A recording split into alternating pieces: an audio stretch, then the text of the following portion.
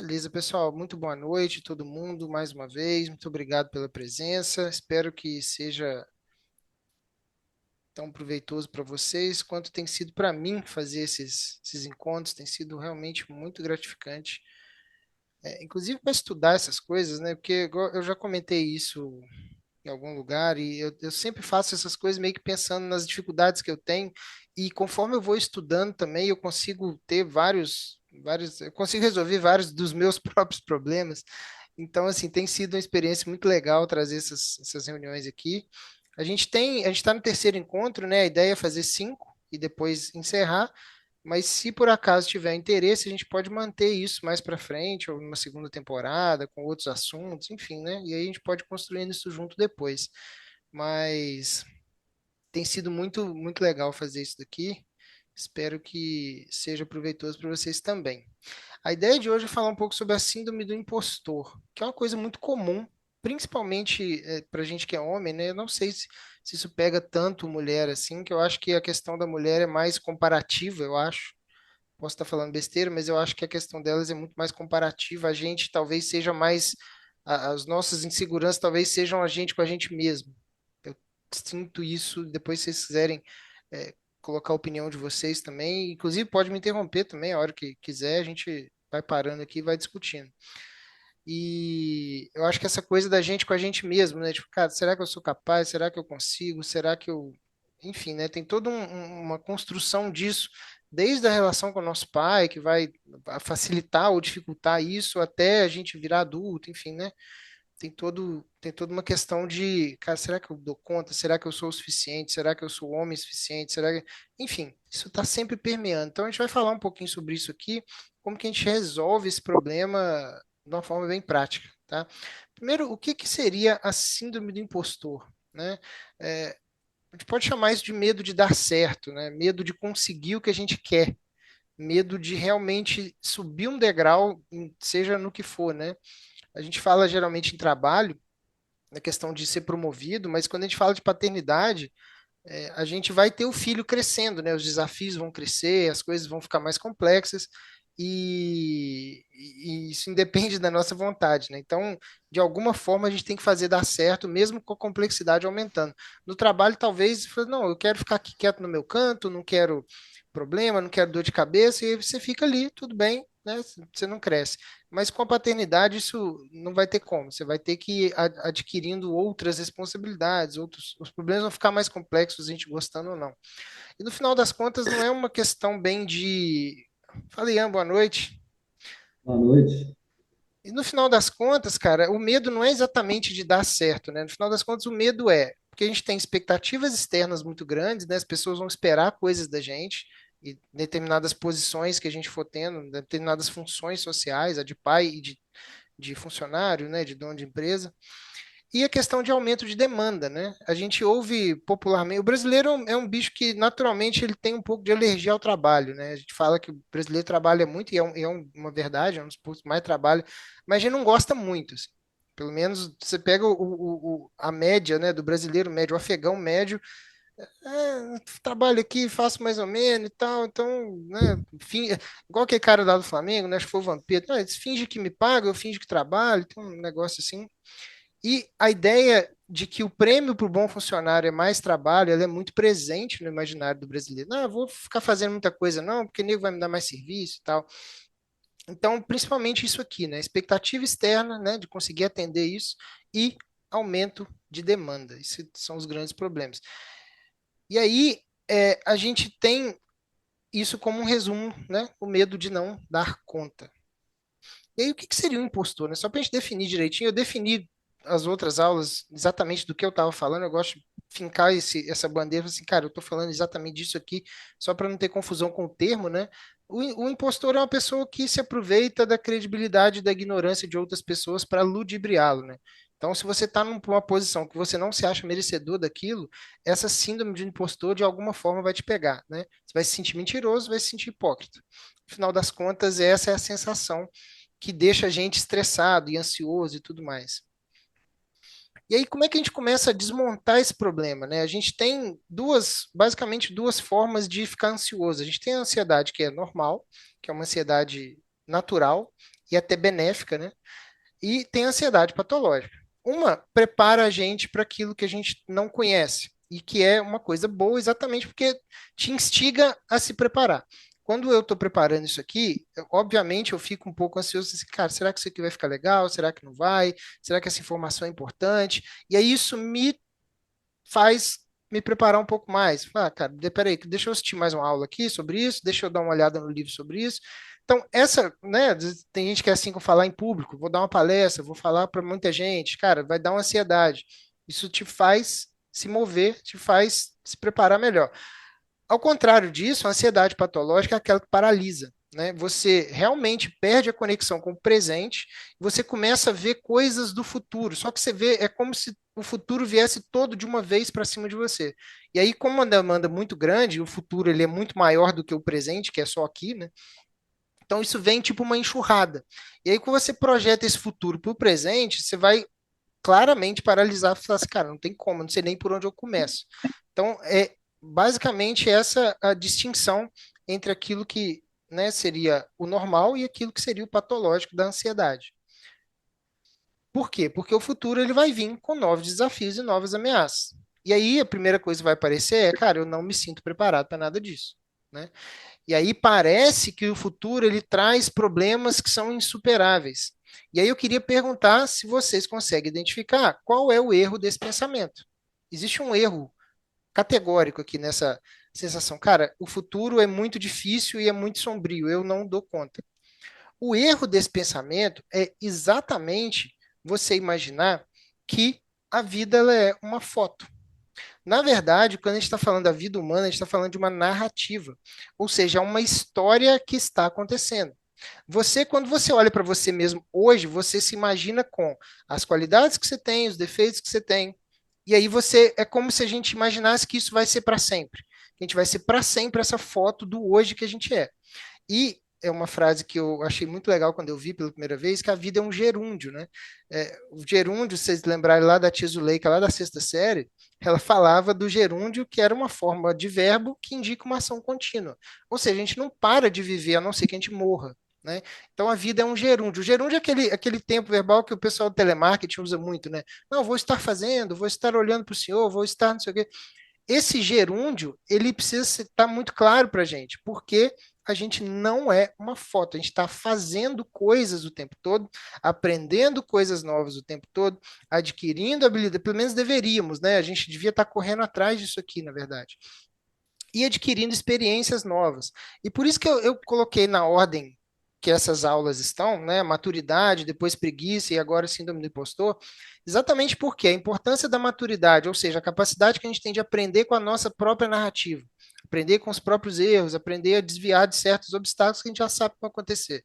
E não ceder à preguiça, que é a segunda aula, que fala sobre exatamente a gente conseguir não ficar cedendo às vontades confortáveis do dia a dia, né? A vontade de não fazer nada, a vontade de ficar à toa, vontade, enfim, tá lá a aula, depois vocês voltam lá e conferem do que eu tô falando lá certinho. Então, a ideia aqui, para a gente destruir a síndrome do impostor, é exatamente a gente matar a ilusão de que a gente vai estar 100% pronto para tudo. A gente não vai estar 100% pronto e tudo bem. A gente primeiro faz. No caso do filho é engraçado, né? Que a gente não tem muita opção. O menino vai crescer, né? A menina vai crescer. E aí as coisas vão acontecendo. Então meio que não tem jeito. Agora, quando a gente está falando de trabalho, fala, cara, pega e vai fazendo e no meio do caminho você vai ficando pronto. Não tem outra forma de fazer isso. Ou então a gente fica quieto naquele cantinho ali onde a gente está para sempre e tal. E tá tudo bem, não tem nada de errado com isso. É que aí a expectativa do que a gente vai querer da vida, ela precisa estar ajustada a isso. Senão vai dar uma neurose na nossa cabeça. Cara, eu queria muito isso aqui da vida, mas o que eu faço é isso aqui. Então, vai, quando você for dormir à noite, vai te dar vai dar problema, né? Então, matar essa ilusão de que a gente tem que estar 100% pronto para tudo. A gente não vai estar. Inclusive, quando eu estava preparando essa aula aqui, eu vi que o pessoal da Parabelo, né, postou isso aqui nesse dia que eu estava preparando a aula, exatamente essa história aqui, respondendo uma pessoa, falando Alguma coisa sobre isso também, a pessoa está paralisando e tal. E eu sei que eles postam isso aqui com frequência, é um post recorrente deles lá, e é muito verdade, né? Você tem aqui as coisas que são importantes e tem as coisas que você pode controlar. A ideia é a gente trabalhar nessa zona aqui do meio. Quando você vai adquirindo certas habilidades e certas experiências, me parece, ou tenho a impressão de que essa área aqui vai aumentando. Você consegue controlar mais coisas, você consegue lidar com mais coisas, e aí você consegue focar em mais coisas importantes.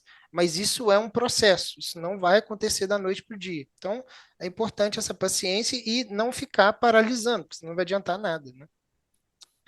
Então, qual é o grande segredo secreto das pessoas imunes à síndrome do impostor? O segredo que eu vou revelar numa aula de 997, não, brincadeira. O segredo é o seguinte: humildade. Essa abertura, essa transformação ao longo do tempo, que a gente vai estar fazendo e no caminho a gente vai realmente conseguir se transformar em alguém mais capaz, depende necessariamente de humildade. Humildade de quê? Humildade perante a realidade. Porque a realidade ela vai se impor independente do que a gente achar, do que a gente gostar. A questão é, quando a realidade aparece, eu sou humilde perante ela ou eu fico brigando com ela? Quando a gente pensa no trabalho, por exemplo, a gente está pensando em se dispor a receber críticas. Conforme você está. Cara, se você assume um trabalho diferente, uma função nova, uma função mais importante, você necessariamente vai cometer um monte de erros que você não está acostumado a cometer, porque você já sabia muito bem como fazer o trabalho anterior. E aí você precisa entender que as pessoas vão te chamar a atenção, não é porque elas não gostam de você, ou porque estão pegando no seu pé, ou porque não, sei lá, qualquer um dos motivos que a gente gosta de, né, da nossa cabeça costuma pensar assim. É porque realmente você precisa de um certo amparo ali para corrigir certas coisas. Então, a humildade é que vai trazer isso. Quando você tem uma empresa, que aí é pior ainda, que você não tem um chefe para te falar, você vai ter cliente, né? Você vai ter cliente e você vai ter o mercado como um todo, seus parceiros comerciais, enfim, vão te dar os feedbacks que você precisa aprender com eles. No caso, como pai, o que a gente precisa fazer, cara, e isso aqui é muito importante, é a gente matar a soberba que a gente tem de que a gente dá conta de criar o filho pelo feeling. Eu bato muito nisso aqui, tanto no podcast quanto lá no perfil e tal, porque essa coisa do feeling, cara, é destruidor. O cara recebeu uma certa educação, talvez do pai ou da mãe e tal, e ele acha que ele vai simplesmente pegar aquilo e replicar. E aí ele geralmente o argumento é: aconteceu isso comigo e eu não morri, então eu posso fazer a mesma coisa. Na verdade, se você não conseguir fazer uma curadoria desse monte de coisa que aconteceu com você e não absorver mais conhecimento, um conhecimento um pouco mais profundo, você vai só replicar os erros que seu pai cometeu, sua mãe cometeu, enfim, e passar aquilo para frente. Então você vai talvez ignorar certos traumas que você tem, achar que não aconteceu nada, tá tudo bem. Você vai jogar aquilo pro seu filho e pode acontecer de bater diferente nele. Isso geralmente a gente vê muito quando acontece a adolescência, né? A adolescência, uma psicóloga que trabalhou comigo uma vez, ela falava muito isso, que a adolescência é uma época onde as merdas todas que a criança foi interiorizando, ela volta. É como se fosse um bueiro regurgitando aquela água da enxurrada. E aí vai vir aquele monte de besteira, aquele monte de merda e tal. E aí, às vezes, o adolescente, cara, ele tá só botando pra fora um monte de merda que ele tem dentro dele. Porque a gente simplesmente não se preocupou. Não, eu sei como é que faz. Tem uma frase, né, muito antiga, o pessoal falava assim, não, é, nessa geração nossa, nem tanto, mas é mais antiga, mas assim, meu filho às vezes não sabe por que que tá apanhando, mas eu sei por que que eu tô batendo. Umas coisas desse tipo que a gente vai carregando e vem, né, de antigamente e tal. E aí, como exemplo, eu queria deixar aqui o episódio 123 do podcast, o Pai Old School, que eu peguei lá, cara, um vídeo de uns 2 minutos, de um pai, assim, o cara tava realmente achando que ele tava dando uma aula pro filho. A postura dele, meio arrogante e tal. É um videozinho que eu toco ele lá no episódio, né, dá pra ouvir. Depois eu venho comentando item por item, frase por frase. E quase todas as frases que ele fala com o filho, na hora que ele tá dando conselho e tal, quase todas elas estão erradas. Quase todas elas têm muitos problemas. E ele, na soberba dele, ele tá achando que tá sendo, cara, o pai mais foda. Depois eu fui descobrir, inclusive, que ele é um produtor de conteúdo enorme. O perfil dele é enorme. Na época tinha, sei lá, 450 mil seguidores. Eu fui ver isso depois. Eu recebi o vídeo, alguém me mandou, e aí eu fiz o podcast depois que eu fui ver. Então, assim, ó, os perigos da boa intenção sem ferramentas práticas para educar os filhos. Que você cai numa soberba, não, eu sei o que eu estou fazendo e tal, e aquele efeito Dunning-Kruger, né? Que quanto menos você sabe, mais você acha que você sabe. Então, a humildade. Humildade é sempre o caminho para a gente conseguir entender certas coisas e conseguir se transformar em pessoas melhores e evitar a síndrome do impostor. E o maior obstáculo disso tudo, ou seja, por que, que as pessoas às vezes não conseguem manter a humildade nessas situações? Porque elas têm uma fixação pela própria autoimagem, ou seja, ela criou uma imagem dela mesma. Cara, eu sou muito foda, eu sou muito bom pai, eu sou muito bom nisso. E aí, quando a realidade vem e mostra para ela que ela talvez não seja tão boa assim, ela meio que defende aquela autoimagem. Cara, eu vou blindar essa imagem que eu tenho de mim, eu vou blindar ela e nada de fora vai poder arranhar essa imagem que eu criei e que eu defendo com unhas e dentes. Então você vai falar que você é um bom profissional, mas que a vida é muito injusta. Aí tem aquela treta, né, do salário dos professores versus o salário do Neymar, né? Não sei se vocês pegaram, isso virou meme um tempo na época que o Facebook era muito mais famoso, mais usado, né? Salário, não, porque o cara chuta uma bola, tem gente que está aí numa escola com condições precárias e tal, e ganha um salário menor, e o Neymar chuta uma bola e tal. Assim, cara, mas tem várias condições que, pô, o Neymar ele pega um estádio inteiro e enche, porra, bota 100 mil pessoas dentro daquela merda para ver ele trabalhar, sabe? Vende milhões de camisas no mundo. Então, assim, tem todo um contexto que você, quando você se fecha nisso aqui, não, mas eu sou um bom profissional, eu merecia muito mais, mas a vida é injusta. Você está preservando uma autoimagem. Cara, eu sou muito bom, mas ninguém reconhece. Ou quando você é pai, né? Fala, eu sou um bom pai, mas meu filho não me dá valor. Onde é que eu estou errando? Onde é que foi que eu errei? Não sei o quê. Ou quando você acha que você é um bom marido, mas minha esposa não reconhece e tal. No fundo, todas essas atitudes aqui, elas são a pessoa dizendo claramente assim, a realidade está errada e eu estou certo. Então, esse apego à autoimagem vai causar uma destruição enorme e muito sofrimento para quem pensa desse jeito, né?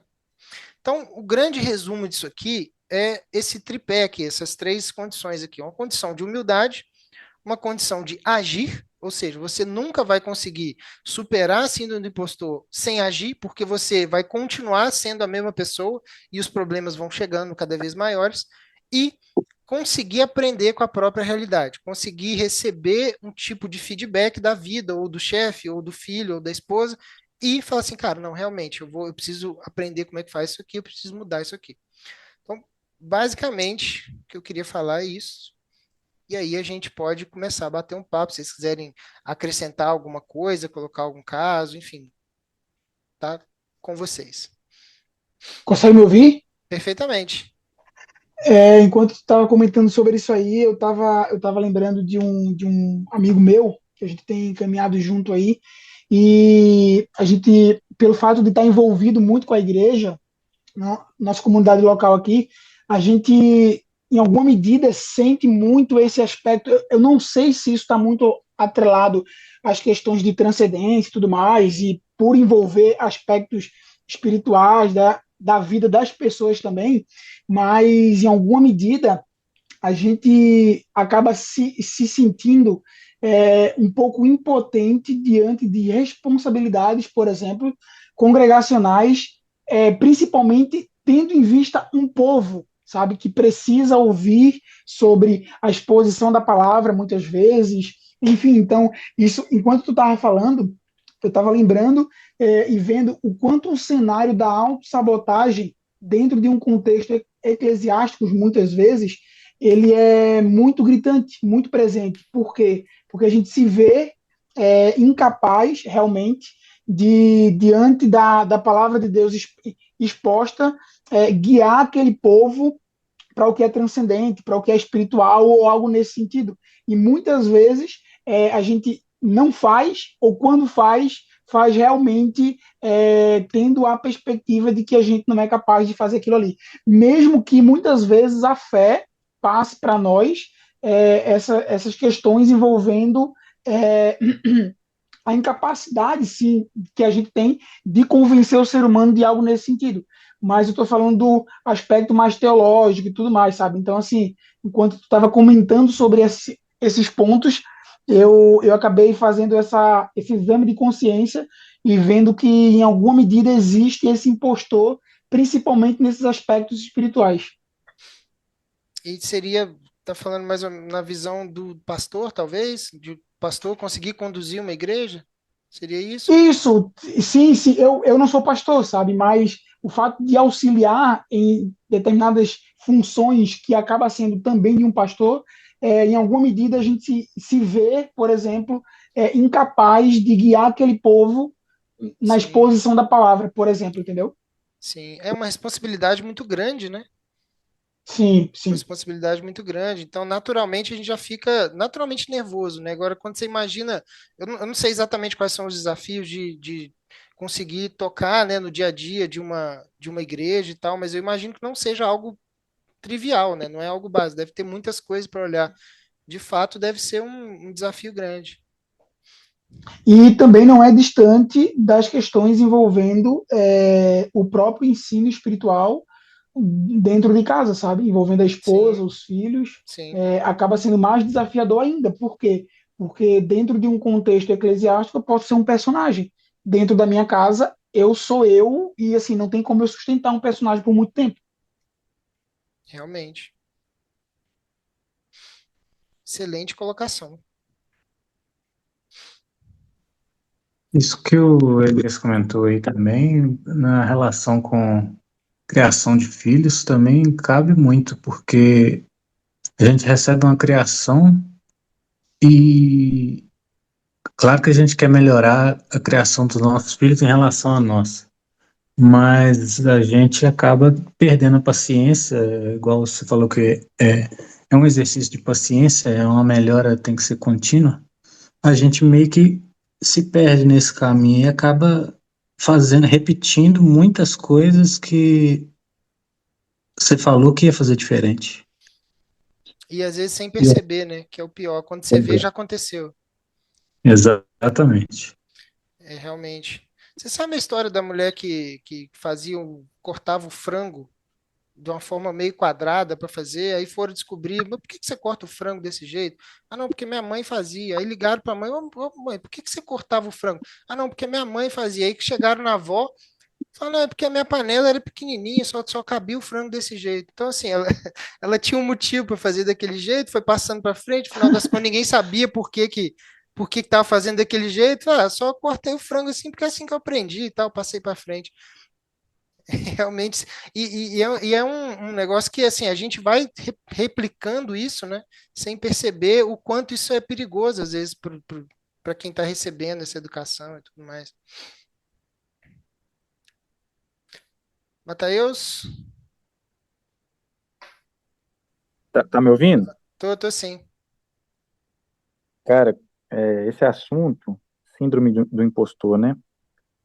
Quando você começou a abordar lá, tá na primeira página, né? Você falou ali o medo de dar certo, foi chegando nessa questão das expectativas, medo de não dar conta, porque as responsabilidades vão vir e tal. Isso aí é muito real na minha própria vida, né? Você foi falando, eu fui relembrando de várias situações. Eu acho que a gente já comentou algumas coisas nas conversas que a gente tem no WhatsApp mesmo, e aí eu comentei, né, que durante a minha adolescência e um pouco ali da fase adulta, no início da fase adulta, eu senti muita dificuldade, principalmente dentro da esfera profissional, né?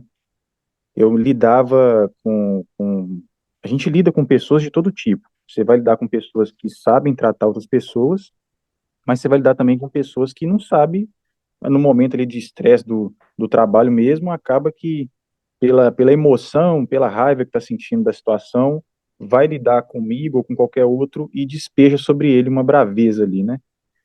E assim, quando você fala que, quando a gente entende que a pessoa chama atenção no trabalho, né, de algum erro que você cometeu, que ele não é pessoal, né? Não nesses termos, dentro desses moldes aí, não é pessoal. é uma questão que envolveu um trâmite ali, né, que tinha que ser de determinada forma, mas foi de outra e aquilo impactou um monte de coisa e tal. E eu lembro que lá atrás eu levava isso muito para dentro, cara. Aconteceu uma situação que o cara, tipo assim, era o primeiro emprego que eu tive na minha vida. E aí eu cometi um erro e ele já tem esse histórico, esse perfil de ser muito bravo, de falar bravo com qualquer um. E ele esbravejou comigo ali, primeiro trabalho, logo nos primeiros dias, assim, sei lá, no primeiro mês, alguma coisa assim. Eu não consegui nem rebater o cara, mas a vontade que deu de eu nunca mais voltar foi enorme. Só que hoje, né, eu não sou um cara, não vou colocar assim, olha, eu sou o dono da experiência, não é isso. Mas hoje, com tudo que eu já vivi até aqui, eu olho para trás e vejo que, às vezes, a minha atitude frente àquela situação foi realmente de muita imaturidade, né? Eu olhei para aquilo e coloquei dentro do meu coração e não aprendi com aquilo. Aquilo, na verdade, me fechou. Eu acabei me lidando de uma maneira que poderia ser diferente, né? E o outro ponto aí que você colocou, você desce a página, Rafael, para eu lembrar que eu acabei falando aqui, eu esqueci. Ansiedade normal, ansiedade patológica. Não, mas vai mais uma. Mais um. Isso aí, ó, fazendo as coisas, essa parte aí. De fazer, tá um pouquinho mais para cima. É isso aí mesmo, é isso aí mesmo. Quando você falava dessa parte, tem algumas pessoas aqui, eu não sei se todo mundo faz parte da página Parabellum, também não sei o tempo que todo mundo tá. Mas eles mandaram, os administradores mandaram um tempo atrás uma newsletter que tinha um poema, que eu não lembro todo o poema, mas falava assim que o caminho se faz ao caminhar, né? Não existe um caminho pronto. Você caminha e na medida que você vai caminhando, seu caminho vai sendo formado ali. E aí essa frase aí que você colocou, né? A vida é um gerúndio, a vida é uma narrativa, é algo que já paira na minha cabeça, né? Que a gente vai vivendo. Eu acho que isso tem ficado cada vez mais evidente na minha cabeça, principalmente depois que a Sofia nasceu. Porque realmente, cara, quando um filho nasce, você não tem nada. E aí eu vou começando a migrar isso para as outras áreas da vida, né? Para a vida profissional, para a vida do meu próprio casamento, para as outras esferas, enfim. A gente não sabe, não nasce sabendo tudo. Só que às vezes isso acaba caindo em esquecimento. E aí, quando você vai ver, você já está lá dentro daqueles empecilhos que você colocou aí, né? A gente começa a criar um monte de expectativa maluca, quando vai ver você está ansioso, e não dou conta, né? Eu falo por mim que isso é algo que se eu não tiver com a minha mente equilibrada, se eu não tiver, né, ali alinhado, é muito fácil de eu cair nisso, né? Então, você trazer isso aí é uma forma de isso vir mais para o topo aqui da minha consciência viva, né? Que eu enxergo e Exatamente. falo assim, nossa, olha, isso aí é algo importante. A gente fazia um exercício de presença, né? Assim, cara, olhar em volta e falar assim, cara, o que exatamente eu devia estar fazendo que vai resolver o problema do agora? Porque na hora que a gente começa a resolver, eu não sei se acontece com vocês, comigo acontece o tempo todo. Principalmente trabalhando em home office, assim, e tocando as coisas da empresa, fica tudo no grupo de WhatsApp, tem uns 18 grupos, e toda hora mensagem, notificação. Assim, cara, o que que eu preciso resolver agora? E aí vai piscando as mensagens aqui do lado, assim, cara, isso aqui, eu preciso deixar isso aqui de lado, eu preciso fingir que não existe, porque agora eu tenho isso aqui para resolver. E aí, se a gente não faz esse exercício de presença, cara, o que que eu tinha que estar fazendo nesse momento? O que que é o melhor para o meu filho o que que eu deveria estar fazendo para ele nesse momento? O que que eu devia estar fazendo para o meu chefe nesse momento? E a gente fazer isso de uma forma assim muito muito concreta mesmo. Cara, eu tenho alguma coisa para resolver agora.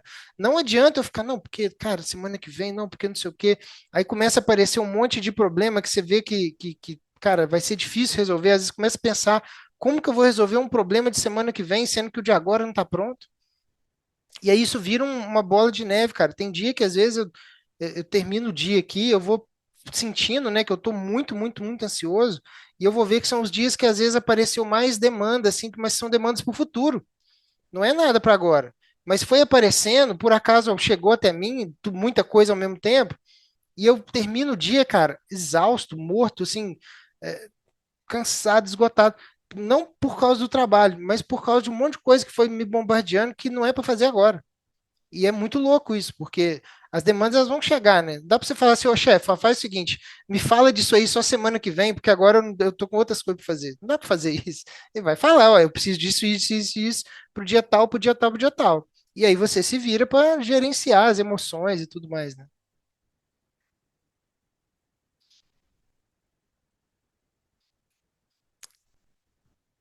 Falar de novo, Matheus? Eu vi que você Rafael, estava com a mão levantada aí. eu levantei, mas eu esqueci de apertar o microfone aqui. É outro detalhe, não sei para vocês todos, mas para mim, quando eu leio, quando você falou, né, que a gente tem que ter humildade perante a realidade e entender que a gente nunca vai estar 100% pronto e que isso não é um problema, né, imediato, porque realmente é impossível estar 100% pronto para todas as coisas da minha vida. Pelo menos para mim, isso me traz um refrigério para a alma, porque eu tenho uma tendência a me colocar um fardo, que aquilo vai crescendo, vai crescendo, vai crescendo, vai crescendo, e daqui a pouco fica insustentável. Quando a gente faz o que você falou, né, esse exercício de realidade, de entender, peraí, eu sou finito, eu não sei todas as coisas, eu vou aprender no caminho.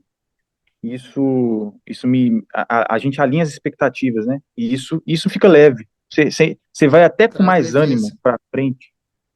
Exatamente isso. Exatamente isso. No final das contas, você carrega o peso do dia, você não carrega o peso da vida toda, né? Esse é que é o ponto. Tem E aí, até um. Pode falar, Não, falei demais. pode falar. Pode falar, Matheus. É 10 segundos. Ah, Você tranquilo. falou aí o peso do dia. Tem uma fala do apóstolo Paulo que ele fala, né? Basta cada dia o seu mal. A gente fica preocupando muito com o dia de amanhã, né? Mas a gente tem que preocupar com agora. Qual que é o problema de agora? É isso aí. Exatamente. Agora seu áudio está excelente, é. Tá bom agora? Consegui trocar aqui.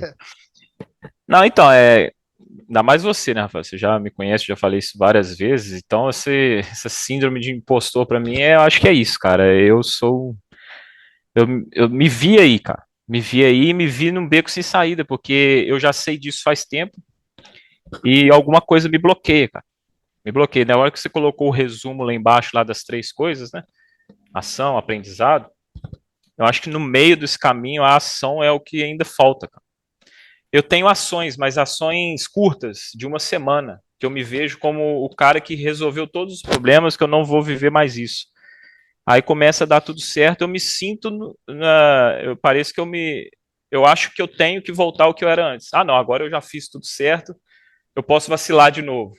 E aí volta esse ciclo, que minha vida é sempre um recomeço, cara. E eu me saboto demais, cara. Me saboto demais mesmo em relação às coisas. Eu vejo. É aquele negócio que eu já falei. Às vezes eu vejo gente muito menos capacitada, às vezes, que a gente, dando muito mais certo, cara. Você vê que a pessoa às vezes tem menos conhecimento, menos isso, menos aquilo, mas deu muito mais certo porque ela tem a ação. Ela não se sabota. Ela às vezes tem até uma autoestima muito elevada, coisa que eu já não consigo ter. E eu tenho inveja dessas pessoas, inveja, aquela inveja boa. Eu falo, caramba, Sim. eu quero ter essa autoestima que você tem, porque pra mim tudo tá ruim, entendeu? Tudo que eu faço tá ruim. E com isso eu não avanço em nada. E você sabe, Ideias na minha cabeça brotam, brotam, brotam, brotam, brotam, brotam, e ali mesmo na cabeça elas morrem, entendeu? Isso, cara, isso me deixa, assim, muito pra baixo mesmo. você sabe Muito que é uma pra baixo. reflexão interessante para fazer, cara? Porque, olha só, se você é um profissional competente e você está tendo esses lapsos de querer fazer e parar no meio e tal, no final das contas, o que a sociedade como um todo tá tendo tem outra pessoa não tão capacitada, pegando os clientes que poderiam ser seus. Eu estou dando um exemplo aqui só, não sei se é exatamente esse o caso, mas tem outra pessoa menos capacitada pegando clientes que poderiam ser seus e que na sua mão seriam mais bem atendidos. Sim, cara, com Entende? Assim, certeza, tipo, no com final das certeza. contas, a gente conseguir fazer a questão da prática, né? É até quase que uma forma de melhorar o mundo, né? Porque se a gente É, conseguir tirar coisas do papel e conseguir performar bem, seja no que for, seja no trabalho, seja com nossos filhos, o mundo ele fica um pouco melhor, né? cara, e sim, e que vocês estavam falando aí, e sempre à noite, cara, vem tudo isso do dia que vocês estão falando, né? Falei, caramba, eu poderia ter feito isso. Aquela coisa que eu imaginei na noite passada que eu poderia fazer nesse dia, Durante o dia eu não fiz às vezes até não por não lembrar mesmo, de tanta falta de organização, talvez.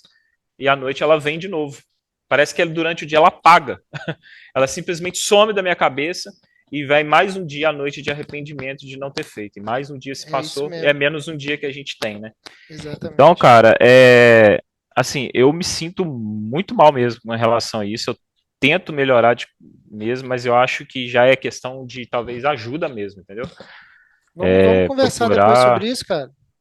Não, porque é uma coisa que machuca, cara. Assim, não passo isso pro meu filho. Se tem uma coisa que eu tento, lógico ainda que eu tenho que ser muito melhor, mas uma coisa que eu acho que eu me dedico tanto que às vezes, né, as outras coisas até ficam, em relação a ser o pai do Miguel hoje, né? Então, assim, eu tento não passar isso para ele, eu tento não deixar isso atingir ele. Por um lado, às vezes estou conseguindo, mas ainda assim, tem aquela parte que você erra, que às vezes você não controla suas emoções ainda. A gente faz coisas que a gente não gostaria de ter feito, mas a gente vai melhorando aos poucos. Mas isso que você colocou aí me desenhou praticamente, né? Vamos conversar depois no privado, cara. Às Não, vezes a gente tranquilo, não. consegue, se quiser, Você né, já claro. sabe bastante coisa, mas, Que mas vai melhorar. eu tô começando agora com alguns pacientes de terapia. Então, de repente, se por acaso for do seu interesse, a gente troca uma ideia sobre Claro, isso. claro, porque eu acho que eu já tentei de tudo, cara. Mas é alguma coisa mais forte do que eu que me bloqueia e eu não sei o que é, entendeu? Eu acho que vai cair aqui, que tá na contagem aqui de menos de 1 minuto. Mas vamos trocar uma ideia depois. Eu acho que Sim, vai dar vamos sim. certo. Pessoal, antes que caia, muito obrigado a todo mundo, tá, que teve aqui. Semana que vem tem mais. Eu não lembro de cabeça qual é o tema de semana que vem, mas eu juro que vai ser legal. Apareçam e manda para mais gente. Manda o convite, manda, comenta. Eu vou postar isso aqui no YouTube, manda para pessoa e a gente vai construindo isso aqui cada vez melhor. Beleza? Muito obrigado mesmo, a contribuição de cada um. Muito, muito bacana mesmo.